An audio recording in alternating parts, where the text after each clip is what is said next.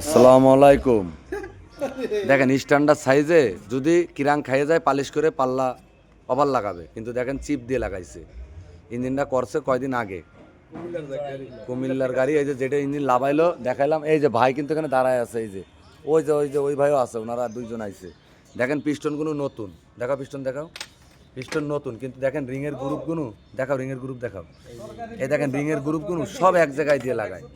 হয়তো রিং কিলাম দিয়ে বান্ধার সময় এগুলো এরকম করে ফেলায়, কিবা না সে বোঝে না। তাহলে এইভাবে করে মানুষের ক্ষতি। নতুন নতুন ইঞ্জিনগুলো বাইন্দে পয়সা খরচ করে মানুষের ডিমারেজ। এই দেখেন একটা মাহাজন আছে সামনে, এই ভাই এই পাশে করেন, আপনারা বোঝা যাচ্ছে না, এই পাশে আসেন, এই পাশে আসেন। এ হলো ফারুক ভাই। ফারুক ভাই সত্যি কথা কবেন, এই দাঁড়ান ভাই, এদিকে আসেন। এই ফারুক ভাইয়ের কাছে সত্যি কথা, আপনার ইঞ্জিন কত বছর হয়েছে করেছি আমি? 8 বছর। 8 বছর হয়েছে ফারুক ভাইয়ের ইঞ্জিন আমার হাতে করা।